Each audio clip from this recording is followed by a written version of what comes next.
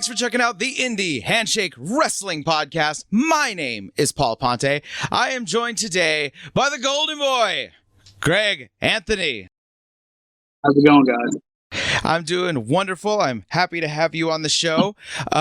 We just talked with Reckless Youth about wrestling in Memphis, and I know are you from that area? Yeah, I live in Dyersburg, which is about 60 miles north of Memphis. Let's get started with your life, how you got started into wrestling, and more importantly to me, the stuff I love is how you find out about the wonderful world of independent wrestling. All right, so like I tell everybody, my earliest memories of life are not of a birthday cake or a new bike or anything like that. It's actually sitting on my grandmother's knee watching professional wrestling. That's my earliest memory. And so that was kind of instilled in me very early. She was a huge wrestling fan. At the time we lived in Southern Illinois, so we got WCW or NWA, obviously WWF, and World Class. So she was a huge Kerry Von Erich fan, and she hated Ric Flair. she hated all the heels and loved all the good guys. And she's been a fan for over 70 years now. So. From there, my family ended up moving to Tennessee through a factory. They were transferred through a factory, and we ended up in Tennessee here, and that's kind of how I discovered independent wrestling because, and I tell people this all the time, I went from Southern Illinois, which has some wrestling, like a little bit of wrestling, but here in West Tennessee, there's a weekly show every, you can't throw a rock without hitting a weekly wrestling show. You know what I mean? So there was always some kind of show going on. So I would go to shows at the Armory here in town. I would go to the Mid-South Coliseum some, and the NWA came to Mid-South Coliseum, and I got to see Sting and Muta, and got to see Flair and Dick Slater in the main event and things like that. So for me, just growing up around, my grandmother loved it, and I loved it too. And I've always been completely enamored with it. When does it come the day that you decide, okay, I love this thing. It's a lot of fun to watch, but I actually want to put my body through this, and I want to get to put my hand in that ring, All right, so this is an interesting story. So,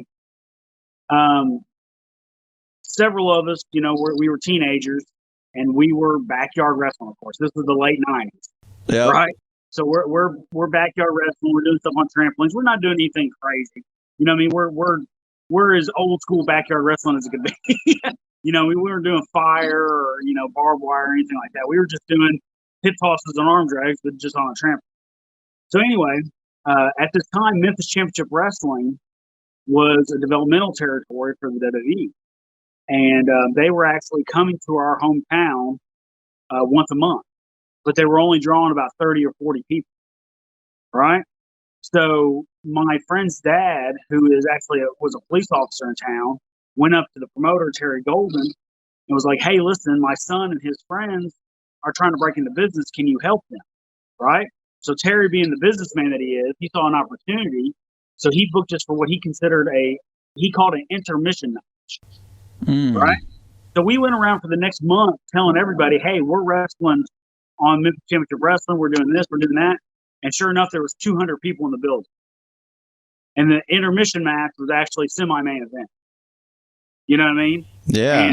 But it was little stuff like he still protected the business in a way because obviously we weren't ready to do anything like that. So we actually had our own locker room away from all the boys. You know what I mean? Which was, at the time you had William Regal and R-Truth and Daniel Bryan. And Reckless was there. Actually, he was the only guy to come over to our locker room and say, hey, guys, keep your head up. I'm glad you're trying to get in the business. Keep up the hard work, that kind of stuff. So that always kind of stuck with me with Reckless. He went out of his way to make two kids feel welcome,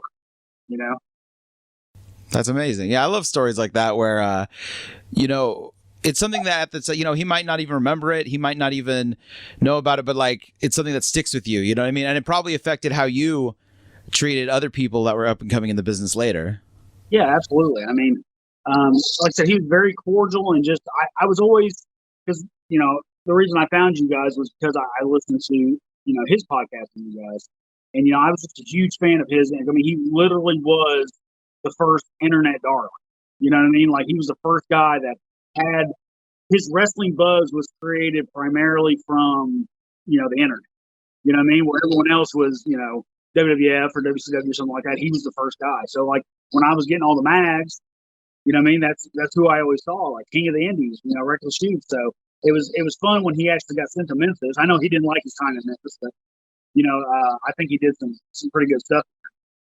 You're doing stuff from Memphis, and then eventually, like, do you end up getting like a full trainer? Like, what ends up happening? Yeah. So what happens is Memphis Championship Wrestling ended up losing its developmental deal, and it pretty much folded, right? So then we caught on with a local company, and that's where we finished our training there. We found a guy named Rude from Naughty by Nature. He's a former, NWA, Mid-South Tag Team champion, stuff like that. They did a lot of stuff with the NWA. So he was the initial trainer. But we've had, over the years, I've had him, Dr. Tom, Bill Dundee, Sir Mo. I mean, there's just been a ton of people that have had a hand in training me over the years. And what was that training style like? Was it very old school? Oh yeah, for sure. Like it was always like, it was very hard hitting. Like when I got in wrestling, I thought I knew everything about professional wrestling before I got in, and I realized how little I knew once I stepped in the ring. You know what I mean? I thought everything was just, light as a feather. You know what I mean? That's what I thought. But I realized there was actual contact involved.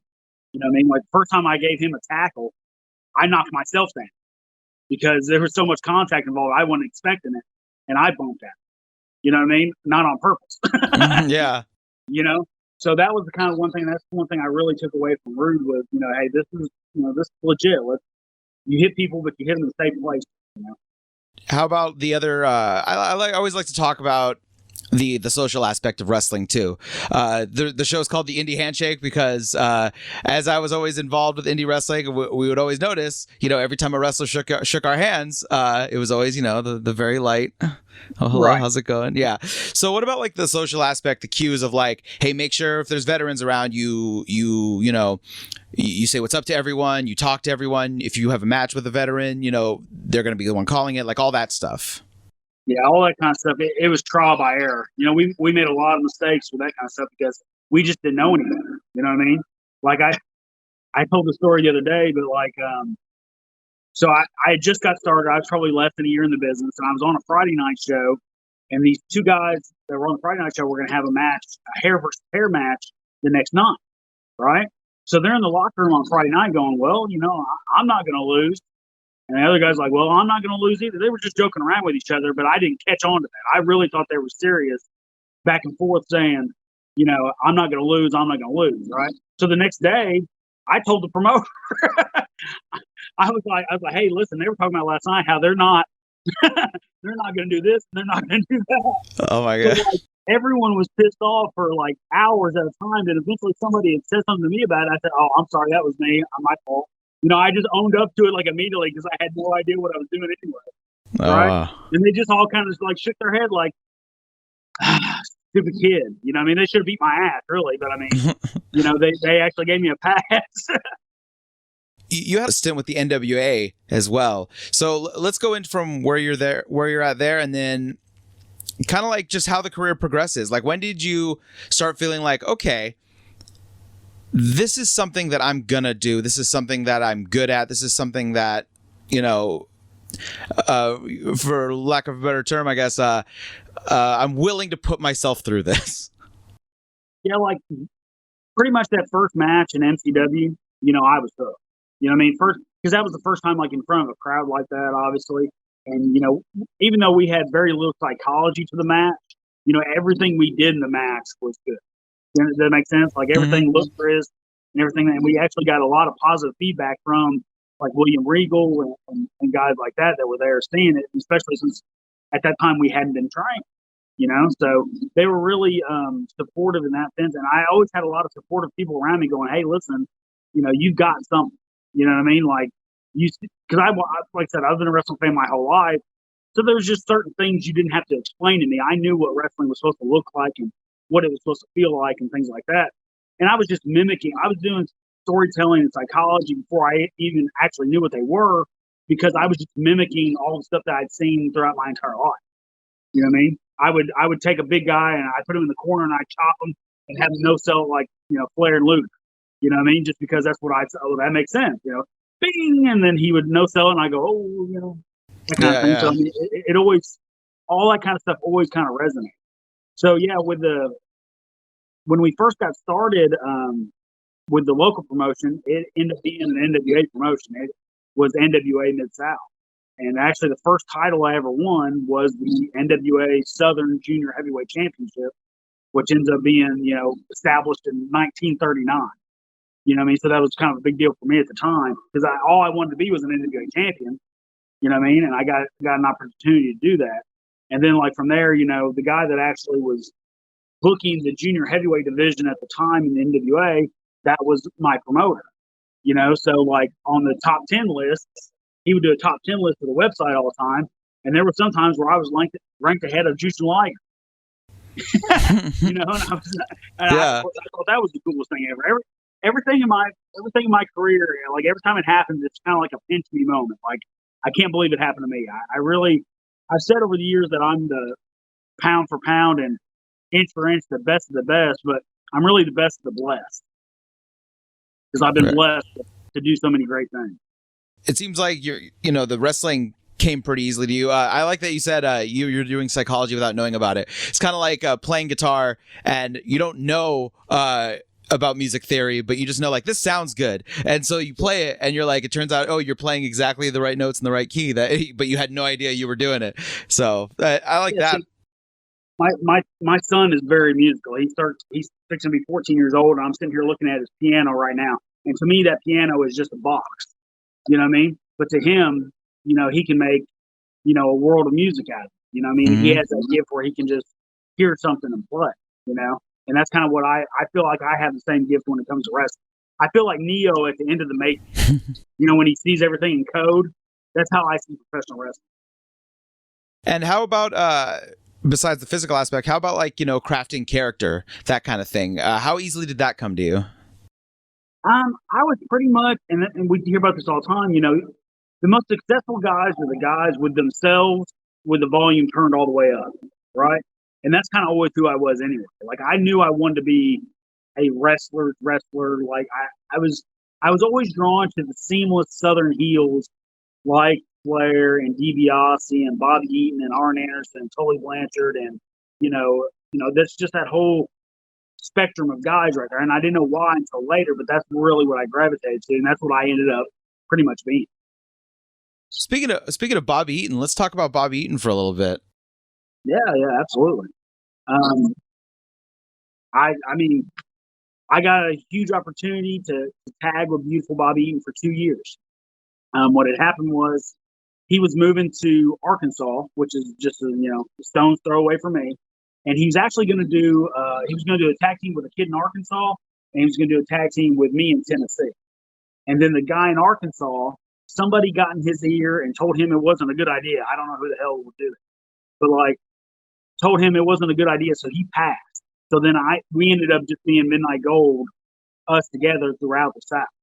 And we would be booked, as the stars on the show. We would come work the main event, work with the local guys, and it was just a really great time. And our manager was Brian Thompson.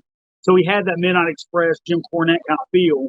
I would say we're Midnight Express of Jason. There you go. The extended Midnight Express family. Yeah, the extended universe of the Midnight Express. But even there were times, sometimes I'd be working with guys that I'd been working with for 8-10 years, and we'd be in the ring going, and I look at Bobby on the corner, and Bobby Eaton looked like it was 1985 because he didn't want to be the weak link in that match. He still had the desire to go, and even though his body couldn't do some of it anymore, he still wanted to be that guy. So then I tag him in, and then all of a sudden it was like it was in Greensboro. You know what I mean? And he was going, you know what I mean? And I'm just sitting on the apron, jaw dropped, watching one of my favorite wrestlers of all time, go to school. It's great. That's amazing to hear, because I'll tell you, as someone who has seen some bigger names who have fallen from grace do some indie shows. Sometimes, they're only in their 40s or 30s and they're already phoning it in, and that's kind of a bummer. So I love hearing that stuff. Yeah, and Bobby too. And this is the great thing about Bobby. Like I said, we tagged for 2 years, and he never allowed me in 2 years to take a pin. You understand? Every promoter would be like, "Hey, mind if we beat Greg?" And Bobby would pipe it and go, "No, we're not beating Greg. We're beating me." You know what I mean? He would never let me take a pin. He said this was an opportunity for me to get noticed and get seen, and people would start talking about me. It wasn't going to hurt him to get pinned. So the goal was to keep me as strong as possible through the entire run. Wow. Okay, that's it. So how many guys would do that? Yeah, not many. That's for sure. Yeah. And how far into your career did you start teaming with him? It was like 8 years. 8 years. Okay. Yeah. So I'd primarily obviously been a singles wrestler, but like at that point I'd actually been a heavyweight champion and been main event and a couple things like that. And it was just one of those things where the opportunity came up and I was like, well, I can't pass that up. So I'm going to be a tag team. And I really took it under myself to learn more about tag team wrestling, obviously, during that time. So. What kind of advice, what kind of stuff do you get from someone like Bobby Eaton? Well, I mean, the thing with him was he called me the captain of Midnight Gold, right? So he would let me put stuff together. And every once in a while, he'd have a question like, hey, why are we doing this or why are we doing that? And once I explained my thought process to him, he was like, okay, that makes sense.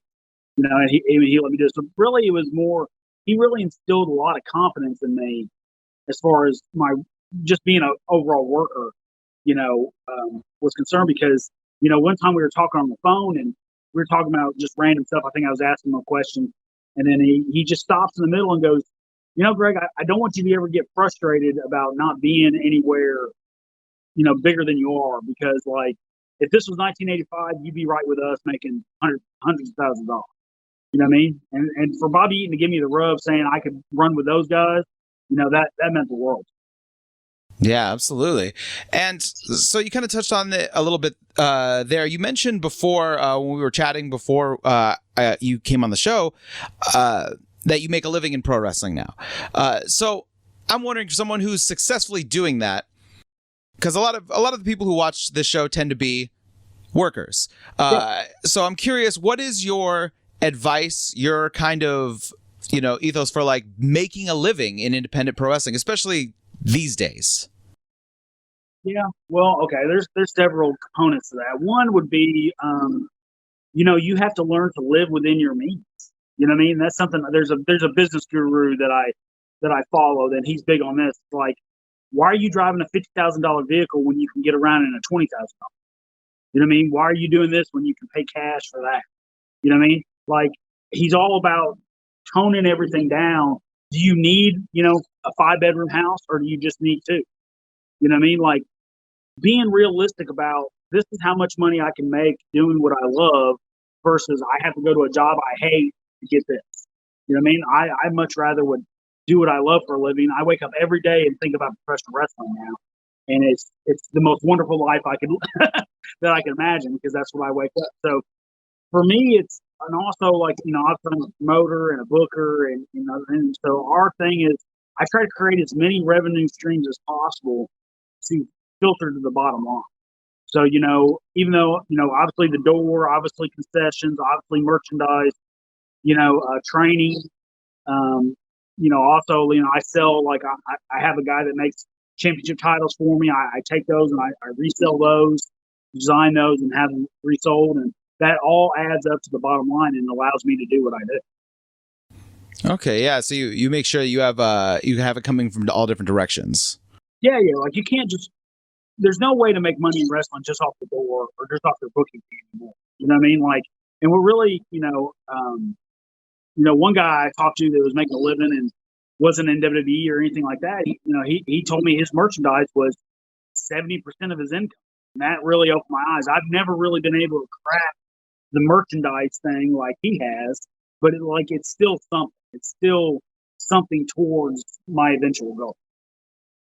Yeah, there's a lot of guys online, guys who I'm not saying aren't good workers. A lot of them are, but I'm saying a lot of them have kind of crafted like online personas that kind of like dwarf like a guy like Danhausen, right?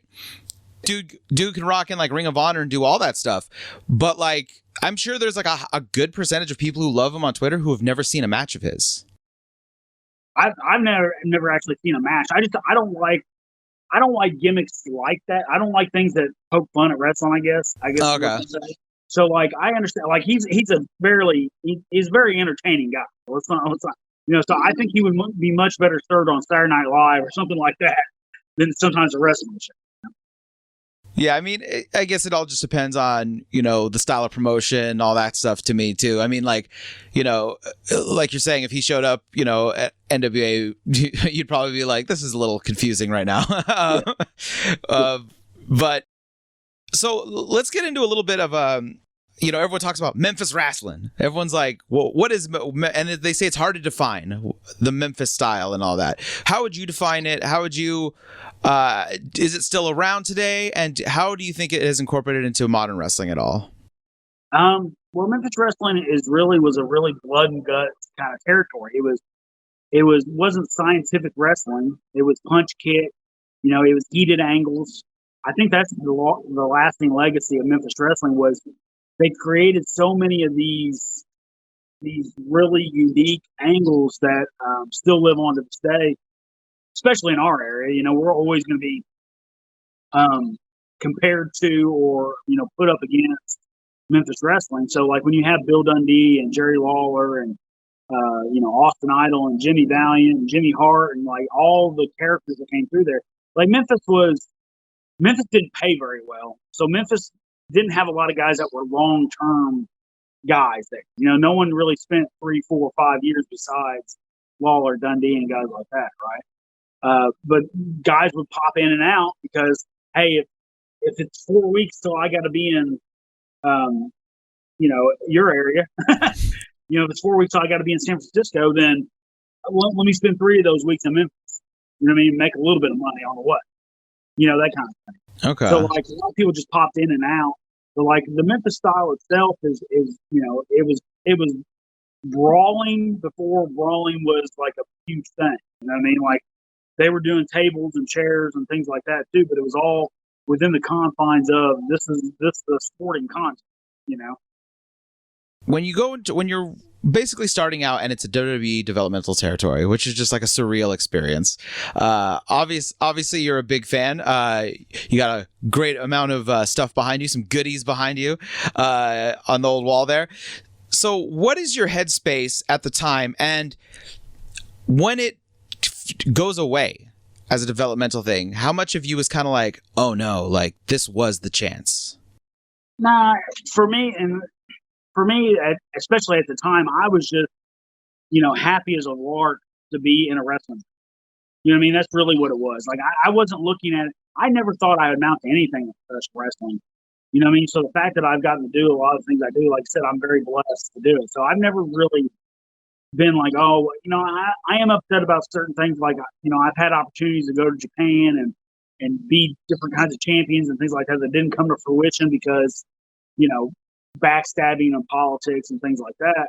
And I get upset about that kind of stuff. But as far as like never going to WWE, that's not really been a huge thing for me. Because like I tell everybody, when I started, like in the early 2000s, WWE was looking for guys that worked like me, but they were looking for guys that were 6'2", barefoot, with a jacked with abs. You know what I mean? I can't grow. I'm 5'8" on a good day. You know what I mean? So there's no way to do that. By the time they got to guys where they wanted to hire guys that were smaller, well, then they wanted them to work, this acrobatic style that I don't do. So it's kind of like I was never in the right boat at the right time. But that's fine. Like I'm never going to, be upset about anything like that. I mean, to me, like I've done more than I ever thought I would do, and if I got to go back and tell 10-year-old me, hey, you got to tag with Bobby Eaton, you got to do this, you got to do that, then I would be ecstatic. Yeah, absolutely. I feel like wrestling is one of those things where, like, if you don't love it, if you're only in it for, you know, to be on WrestleMania and to make this much and to do this much, I think, like, you know, you're in for a very, very rude awakening. It's just, yeah. I mean, like I said, we train guys here, and like I get 3 to 5 messages a week about people wanting to train, and then very few of those people actually follow through. But 9 out of 10 people that actually come to my training facility and train one day never come back. You know what I mean? And it's not that I'm being overly hard on them and trying to run them off, but I want them to know this is a hard business. That first day is hard on them, and either you're cut out for it or you're not. So that's a point of pride with us. Well, remember those old, they were talking about the Heart Dungeon, and they said Stu would literally just stretch you for like hours and then be like, so is this what you want? Like, this is what you want for sure? And then, you know, that's how long it took. And then the same with, a lot of guys out here were like that when they were training.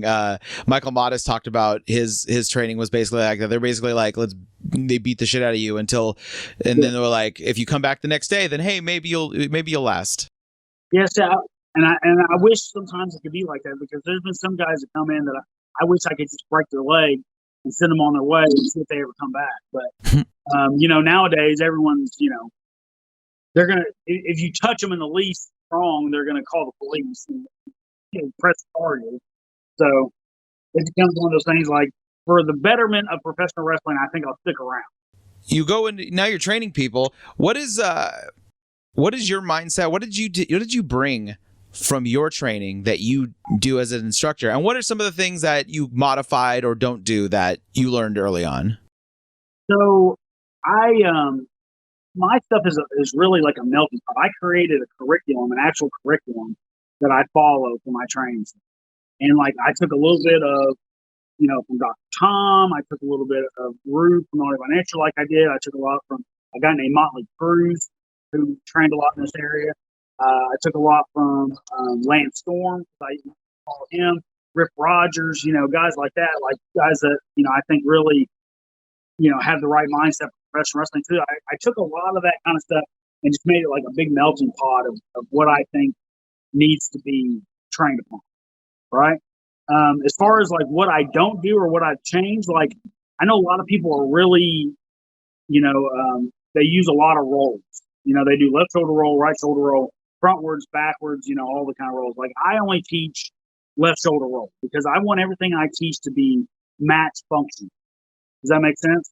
Yeah. So like, what I do is I teach them to do left shoulder roll, and if they ever, then every once in a while I'll go, hey, do a right shoulder roll, and they can do it, just because they understand the mechanics from doing the left, right? So instead of me teaching 4 different types of rolls and spending 4 weeks doing that, I teach one roll, and I think they know how to do the rest, right? Just because, like I said, I want everything to be match function. Mm-hmm. I think this kind of goes into, because I used to teach guitar, right? And sometimes people want to learn stuff, and it isn't necessarily my bag. You know what I mean? Like, they're like, oh, I want to learn how to play this song. And I'm like, oh, okay, I'll teach you. But so how do you do that as a trainer? You know, if you have someone who wants to be a little bit more spot heavy or wants to do some different stuff than is your bag. So what is your mindset when it comes to that? Well, luckily, I've had, you know, there's been guys that have their own thought processes about professional wrestling before they ever get to me. But once they get to me and they hear mine and they hear what we're doing and how we present professional wrestling, how we want it to be, you know, they actually come around. They're like, you know, that actually does make sense, and that is the right way to do it. So we haven't had a lot of instances where people are like, well, no, I want to do this. You know, it's not really like that. A lot of them have really gone. It's more like, you know, I open their eyes like, oh, I didn't know wrestling was actually like this. And now that you pointed this out to me, I completely understand what you're talking about. Like, obviously, I'm a huge proponent of good versus evil, you know, bad versus good, God versus the devil. I think that's what professional wrestling is always going to be in its best form when portraying. So, like, for me, you know, when guys say, oh, I want to be a tweener, motherfucker, there is no such thing as a tweener. You know what I mean? There's baby face and there's heel. The only time you're a tweener is when you're in between switching to one or the other. But like, that's only a couple weeks at the most, right? So for the most part, you're either going to be a babyface or a heel. Like, oh, what about Stone Cold Steve Austin? Okay, he was a babyface. He was the biggest babyface probably in wrestling history. He had his own moral code. Sure, he hit women with chairs and stuff like that, but he was still a babyface. They still cheered him, and he still had a reason for doing it. Yeah, how are you going to boo the guy who drinks beer and kicks the shit out of his boss? Right. Yeah. I mean, that sounds like a dream to everyone who's watching. Right. Exactly. And how much into character stuff do you get into? Let's say with the more advanced students that you have, do you help them craft their own character? Do you kind of imprint something? And then when they're starting out, like out here, guys who just are about to start their first match or whatever, they kind of get saddled with a random gimmick. So like they'll be like the third version of a guy named White Trash or something. Like, you know what I mean? It'll be like, and then eventually they'll get their own gimmick later. But what do you like to do when it comes to guys who are ready to start wrestling? So what I normally do is I actually start them out in a mask gimmick because for me, like, if they can learn to sell without using their face, you know what I mean? Then it's going to be a lot easier for them when we eventually take them out of the mask, right? And also because whatever gimmick we eventually go with, obviously in the beginning they're not going to be that good, right? So like this gives them time to learn and time to make mistakes and things like that. And then when it's time for their actual gimmick, we come up with an angle to where it leads into. We had one kid. He was the Eternal Flame. And I made him come out to Buster Poindexter's Hot, Hot, Hot. Right? And Love it. And you got to know this kid, but he was absolutely like a heel to the core. You know what I mean? Like, but I made him revert and do that because I knew that's what he needed to do just to learn how to do something different. You know what I mean? And then once he was the Eternal Flame for a year and a half, however long it was, we did an angle where he lost the mask and he turned heel, and now he's doing what he was meant to do. But we had that polishing time for that, So yeah, I come up with most everyone's gimmick, because like to me it's like I have 21 years of experience, and I want to use that to help you not make the same mistakes that maybe I did or someone else. You know what I mean? You may spend 6 years trying to look for something that works. Well, I'm going to give you something that I think can work for you now, based on what I've seen you train with over the last, 6 months to a year. You mentioned being in the business, 21 years. It's nothing to shake a stick at. That is a great amount of time in wrestling. You've seen a lot of the ebbs and flows of wrestling, especially in the indies and the big, and the big everything styles, everything like that. You seem like a more old school guy, but is there anything that you felt like you have morphed and changed as the times have gone? Well, yeah, I mean, just my thought process as a promoter has changed from my very beginning because, like, when you're just a wrestler, you just think in terms of being a wrestler. When you're just a booker, you think in terms of just being a booker. But when you're a promoter, it really comes down to dollars and cents. And if you're a promoter that's spending your own money to promote a show, then the decisions become a lot clearer. You understand? Like, if it does not make me money, then why would I do it? Why would I pay this guy X amount of dollars when he's not going to draw me X amount of dollars? You understand? It really comes down to, it really makes it very, very black and white. I remember I was a booker for several companies before I eventually had my own company. And I remember telling one of my promoters, hey, listen, we need to guarantee the guys this much money on everything. I need this budget to do this. And, he argued with me for a while, and eventually we did it. But when I became a promoter, I understood, hey, a lot of stuff needs to be off the door. You know what I mean? If the door is only making X amount of dollars, then I can't pay over. You know what I mean? So a lot of stuff has to be figured out off the door, especially like the old school. I always tell the guys, like, you don't want me to go to the old school booking payoffs, which was, the boys got 32% of the door, right? And then the main event got half that. The main event got 16%.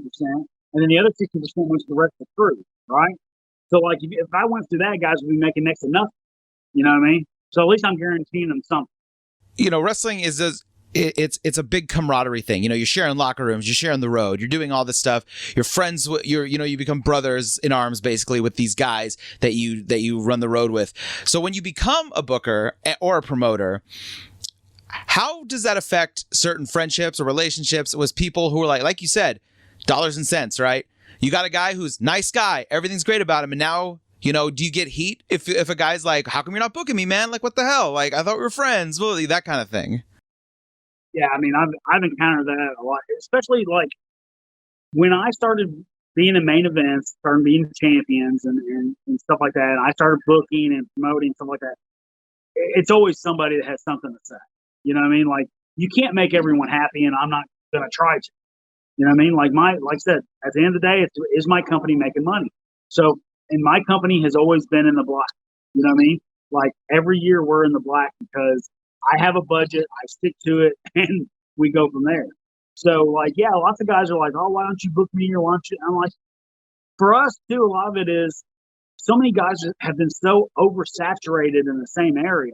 You know what I mean? Like if I can book you on a Saturday night, I tell guys all the time, like, if I book you, you're like my Big Mac.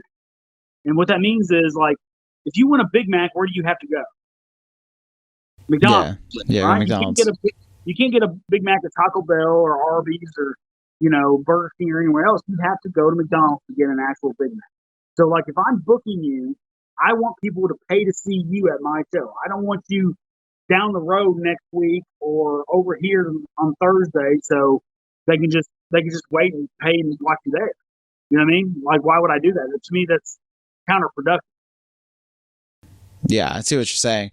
And what about I like to say, I like this too, the inverse of that.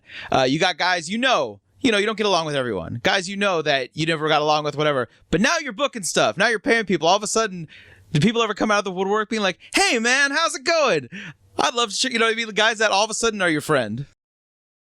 Oh yeah, there's guys that that would knock me for years when I was a wrestler or whatever, and then when I became a promoter and had a little bit of connections, then all of a sudden it's like, hey, can I get on this or can I get on that or blah blah blah.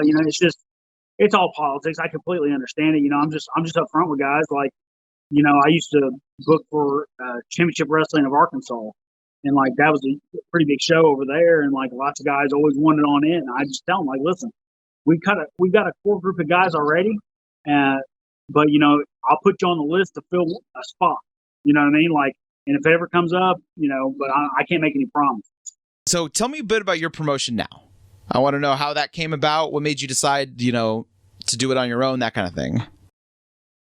So here in Dyersburg, I did not wrestle in Dyersburg for probably about 7 or 8 years. And the reason I didn't was because I got labeled like a Dyersburg guy. Like I was never going to get out of Dyersburg, right? So I decided I'm not going to do that. So I went out and traveled and did what I was supposed to do. Meanwhile, though, I still live in Dyersburg. So like when I would go out and tell people, hey, I'm a professional wrestler, people will go, really? You're a professional wrestler? You do that? Hillbilly, redneck, shit like that. And it really bothered me because that was the reputation professional wrestling had in this area, because there had been a lot of drugs, a lot of drinking, a lot of pedophile stuff, a lot of that kind of stuff in this area. So like for me, it was, I'm going to clean that up. You understand that the whole purpose of me starting my own promotion was it's time for us to take back what the business actually is. So and I think we've done a really good job over the last 7 years of cleaning up that image. When people think professional wrestling now, they think of Pro Wrestling Mid-South, and they think of the good that we do in the community, and how we're family friendly, and we do birthday parties for kids, and we just an endless cycle of things, because we want to be as much a part of this community as anything else. I like that. I like that you decided to turn something that you love and kind of bring even more positivity out of it, like in your own community. That is, it's tough because, like you said, it's a dollars and cents thing, but at the same time, you want people to realize that you care about where you're at. Yeah, and like I have like 25 sponsors for the show. You understand? Like, I know you've been around. Like, have you ever heard of a show that had that many sponsors? Not at all. No. Yeah, like I told someone the other day, like if I heard someone had 5 or 10, I would be impressed. You know what I mean? Here we are with 25, and that's really because some of the people are people that I've known, you know, a lot of my life and from living here, and some people are just wrestling fans, and some people are just they see the passion in my eyes when I talk about professional wrestling, and they know that the money's going to a good place to do something good. You know what I mean? And that's my whole pitch is that we're a family-friendly professional wrestling. You can bring your 7-year-old daughter or your 70-year-old grandmother, and you're not going to have any issues with us. You know what I mean? So that's been a huge selling point for all. All right, brother. It is time for the Take It Home segment. I have a list of questions here we're going to go over. Feel free to take as long as you want. If Andre the Giant is the 8th wonder of the wrestling world, what are your 7 wonders of the wrestling world? The 7 people you say, this is wrestling to me. Oh, that's a good one. Let's see. Luthez, Jack Briscoe, Terry Funk. It's all got to be before Andre, or is that going to be after Andre? Oh, even after, yeah, that's fine. I would, Shawn Michaels is to me one of the, he's my goat now. I used to like Flair, but we had an issue with Flair in Arkansas, so he's kind of been on my shit list, but I'll still put him on this. And then from there, let's say Arn Anderson and Bobby. All right. Well, great list. Love that. What are some of your favorite road stories in wrestling? So I was looking for a show in Illinois, and I took a carload of guys from Tennessee up to Illinois to do the show. And we got done with the show, and we needed something to eat, so we went to like a Dairy Queen there in town and went to the drive-thru, right? Well, my buddy Poker Face, he was riding shotgun, right? So Poker Face, hey, tells the lady, hey, make sure you give us napkins, right? Well, sure enough, we pull away from the window, no napkins in the back, right? Poker Face loses his shit. He starts cussing and ranting. This motherfucking bitch. He starts getting out of the car and stuff like that. He gets out of the van, goes to walk in the building, walks right into the window. Oh, shit. Knocks his glasses sideways, lands on the ground. By the time he got in there, he couldn't be mad anymore. So he just asked for napkins. And we're all dying. We all fell out the van and basically laying on the concrete laughing. I love that the Memphis tradition of freaking out at the Dairy Queen. Yeah, that's a good point too. The Jim he was Cornette. hot. He was Cornette hot about it too. I love that. I consider wrestling to be a very creative thing, besides a very physical thing. Besides wrestling, what do you like to do creatively? Wrestling really is obviously my number one focus. But I've got ideas for movies and songs, and I just got endless stuff. I'm a very creative person. I'm a movie buff too, so I've got over 1,000 movies, and things like that. So, and I used to write articles and stuff like that. So wrestling articles, but I've always thought about doing a novel too. You know what I mean? Yeah. Just when you're a creative person, I think that you just run the gambit. You know what I mean? What it is, but with professional wrestling, that's really been. I always can say I consider professional wrestling the most beautiful form of storytelling that there is. You understand? Like, I like it more than movies. I like it more than music. I like it more than anything else because I'm a wrestling fan. If you don't like that kind of stuff, then you're not a wrestling fan. You're a cinematic fan or whatever it may be. So for me, it's all about professional wrestling. Speaking of just a random tangential question now, what's your favorite wrestling movie? Ready to Rumble, for some reason, like it was. I went and saw it in the theater, and it was just one of those things. Like it just resonated with me. We were all crazy fans like that, especially near that time, right? We had really just gotten to business when all that kind of happened. So yeah, that still resonates. I love. Oh, it's so quotable. French toast dipped in shit. Me and my buddies, we quote stuff like that all the time to each other. So Ready to Rumble, obviously, like the wrestler and things like that. Like, I didn't like the wrestler originally when I watched it because I really wasn't impressed with it because I had already seen that world, right? But then once I realized how well they captured it, then I became more of a fan. You understand? But like, and first I was like, well, I see that shit all the time.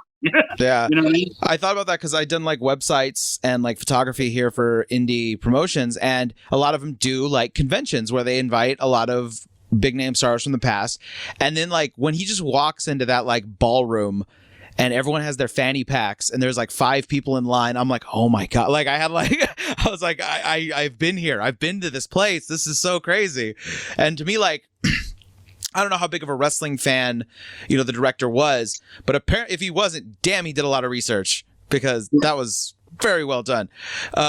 Also, weirdly, I don't know how it is in where you're at, but I feel like no one does a double axe handle anymore, and both Ready to Rumble and the wrestler prominently feature an axe handle, and yet no one seems to do it anymore. I never see it on TV, and it bums me out because I love a double axe handle. So a couple months ago, we had a guy in from Kansas City, right? And he came up to me after the show, and he said, I was just telling them on the way here, I went over all these spots and all these finishes I don't ever see anymore, and you did every single one of them on your show to me, right? And he was like, kudos to the old school stuff, because we do a lot of, just O'Connor, small package, stuff like that, and roll through cross bodies and stuff that you just don't see anymore. Like you said, double axe handle. We have guys that do double axe handles. You know what I mean? So I mean, yeah, I mean we're completely. I tell people all the time, like when you come here, it's like 1985. Yeah, there you go. But in the best way possible, and not with the fashion. Here we go. Oh, I like the fashion too. There you go. What is your favorite move or hold that you do not use? Well, my finisher is actually a variation of the stunner, but the stunner to me is like the greatest finisher. That and the super kick, obviously, before the Young Bucks got a hold of it. But those two finishes to me were like the epitome of that's what a finish should be. You can hit it on everybody. It can come out of nowhere. It creates drama to it. So to me, that was that. Sometimes I use super kick, but very, very, very rarely. We actually banned it at my show for a while. Like it went 7 months. We didn't have a single super kick on our show. And then some kid that was in, we didn't tell him. And like he super kicked somebody in the match. We're like, there goes the 7-month streak. So. All right. Finish this sequence for me. Drop down, leapfrog. Get it again. There you go. Certain shows, right now you have a far more family-friendly atmosphere, but I'm sure you've been to other shows where there's some drinking, there's some rowdiness, all that stuff. What are some crazy fan interactions you've had?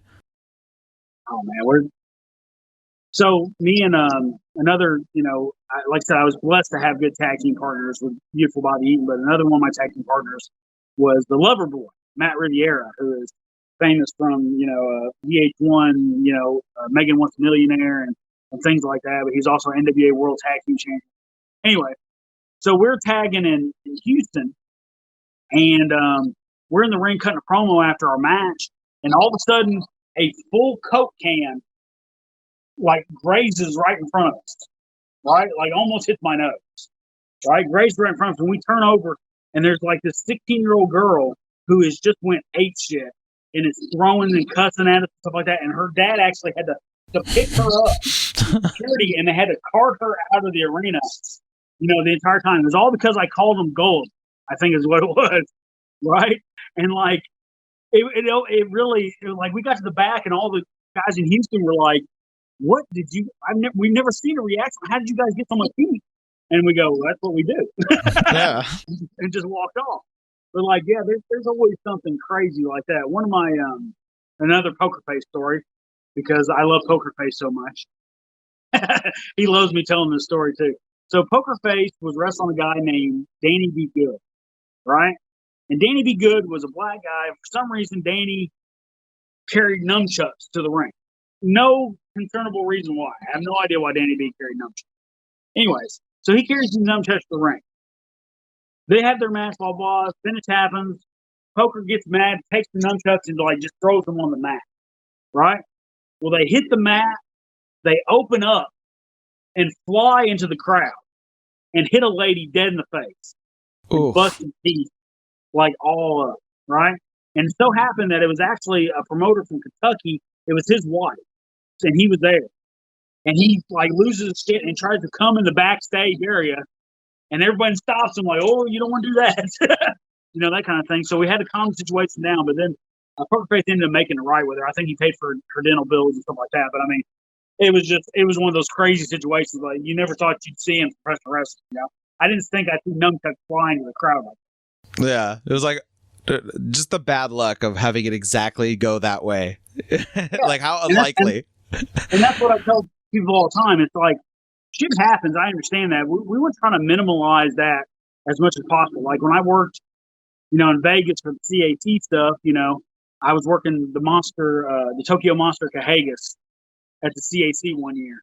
And like, we're brawling outside the ring and he goes to throw me into these chairs. And this is at a casino and they've got those really expensive, wooden chairs. And the promoter of me goes, "Okay, be careful." And like I just gently like roll through the stuff so I didn't break anything because I was like, I don't want to be the guy that breaks something and gets it kicked out of here forever. Yeah. When you're working with someone, what's the worst thing they could do in a match? I mean, we could say shoot, but I mean, I've never really had an issue. I've had to be stiff with people just to get them to listen sometimes, but eventually they come around. I think the main thing is just not letting me lead the dance. You know what I mean? Like in most cases, 90% of the time I call most of the match. Most of the time I don't even, we walk and talk everything. You know what I mean? So like, if someone told me, well, no, or something like that, I'd probably get kind of hot because I'm not, I'm just trying to make a good match. And, I'm not going to call anything crazy for someone to get hurt on, So really just that respect level right there. When's the time you were legitimately surprised by someone in the ring? Maybe you had no idea and your chemistry was like off the charts and everything went perfect, or just, someone just did something that you were like, what the, I'm completely in awe right now. So, me and Jay Lethal, had a match in Arkansas, and like Jay didn't know me he never heard of me before, never seen me, blah, blah. And like, we went out there and we had like really, really good chemistry together.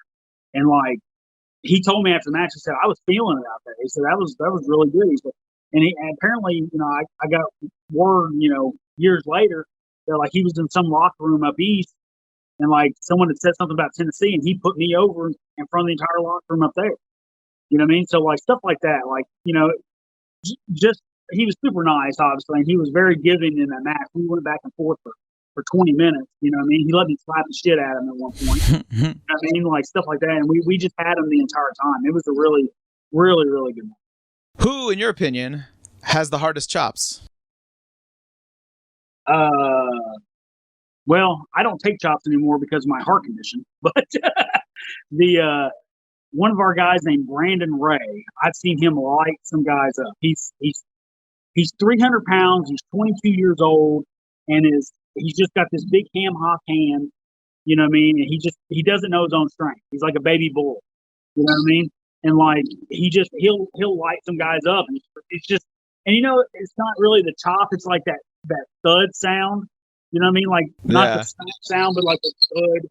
You know what I mean? That's kind of the sound it makes when he does it. It's like, oh, I just hurt for the guys when he does it.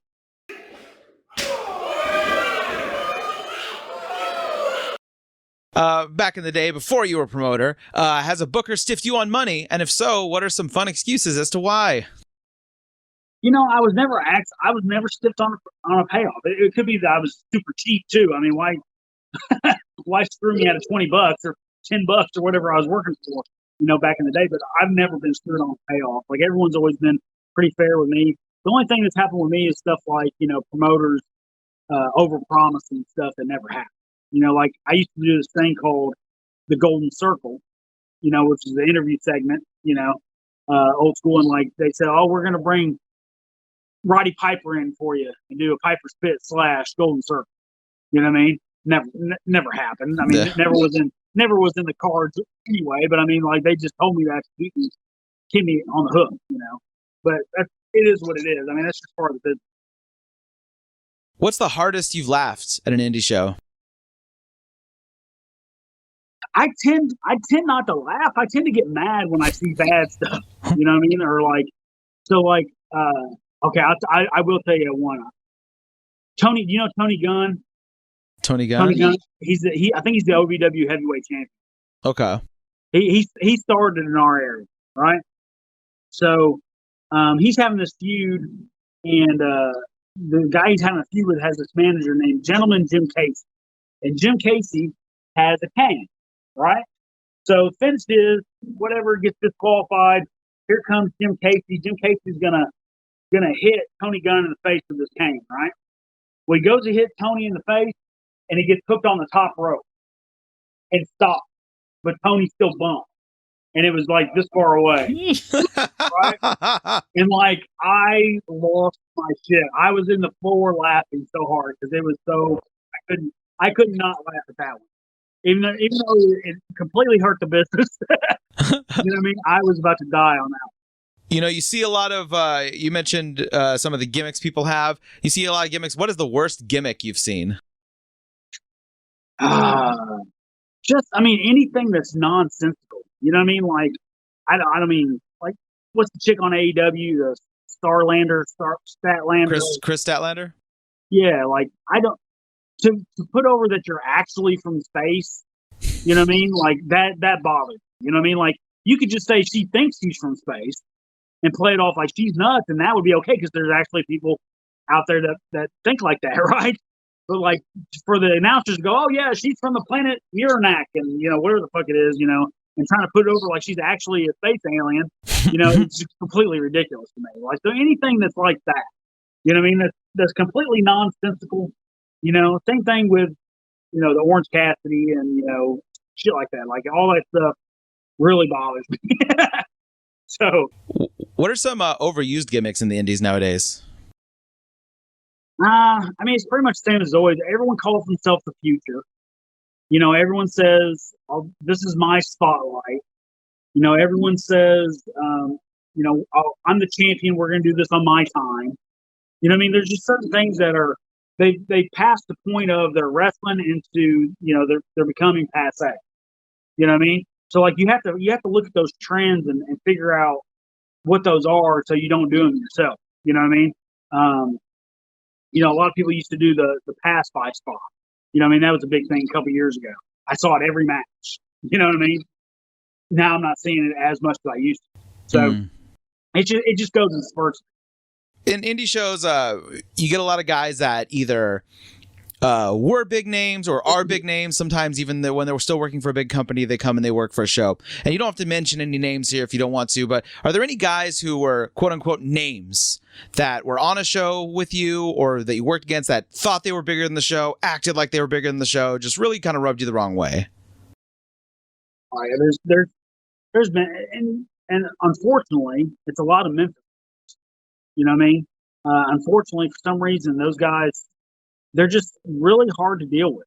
You know what I mean? Like, I don't understand that. I think they think it's still whatever year, and they're going to lose their spot if they put someone over. You know what I mean? They're still so protective of something that, and then they ask for outrageous amounts of money on top of it too. And it's like, well, I'm not going to book you to come in here and beat all my guys. You know what I mean? Like, it's a little bit of give and take. You know what I mean? Like, help us out a little bit. If you help us out, we'll help you out. You know what I mean? So like any of the guys are like the one guy that's been really great is like a guy like Downtown Bruno, who is still employed by WWE, but he comes and does stuff for us every now and again, and he's just really super positive about everything and really wants to help guys, and he just wants to be part of the business. You know what I mean? But then there's some guys like, we won't name any names, as we say, but there's just some guys that just they have a much bigger ego than they should. First of all, they weren't that very good in the ring to begin with, and then they're still milking promoters because they quote unquote have a name. Yeah. I always found that like a lot of the guys, whenever they brought in big names, it was always the guys that never really fulfilled a certain amount of potential. Those are the guys that had more attitude than like actual stars. You know what I mean? Like every time like Bret Hart came, he was the nicest guy to every single person in the room. And it's like, honestly, he could just come and kind of phone it in and everyone would be okay with it because he's Bret Hart. But he was just super nice to every single person. Then you got some guys who like, you know, got kicked off WCW Nitro and then they never got picked up by the E, and they show up and they have this fucking highfalutin attitude and you're like, okay, guy. Meanwhile, you refuse to bump in the match because you're sucking in your gut the whole time. But whatever. Anyway, not naming any names. But yeah. All right. This is the last question. This is the touchy-feely question of the podcast. This is your pure joy in wrestling. This is the thing either before, during, or after the match that gives you the goosebumps still to this day. The thing that makes you go, fuck, this is why I love this business. And there's just been certain times, you know, with, you know, I was heel for 15 years, right? And I finally turned babyface in Dyersburg, and it was just one of those things. Like I really wasn't sure, you know, how it was going to go, and then all of a sudden, you know, people just started getting behind me, and like, you know, like I said, I lived in town. I've lived in Dyersburg, you know, this entire time. And I've been a wrestler the entire time, and I would go around town, and no one would talk to me when I was heel. You know what I mean? Like no one would put me over or, you know, come up to me or anything like that. But as soon as I turned babyface, I can't go anywhere in town now without someone coming up or a kid coming up and hugging my leg, or, you know, something like that. You know, so to me, that's one of the biggest things too, is like just the outpouring of support they have for what we're trying to do. You know, sometimes when I win a match, I'll pull a kid in the ring and we'll do my pose, and or maybe the Fargo strut, or, you know, something like that. And when we do that kind of stuff too, I love that kind of stuff.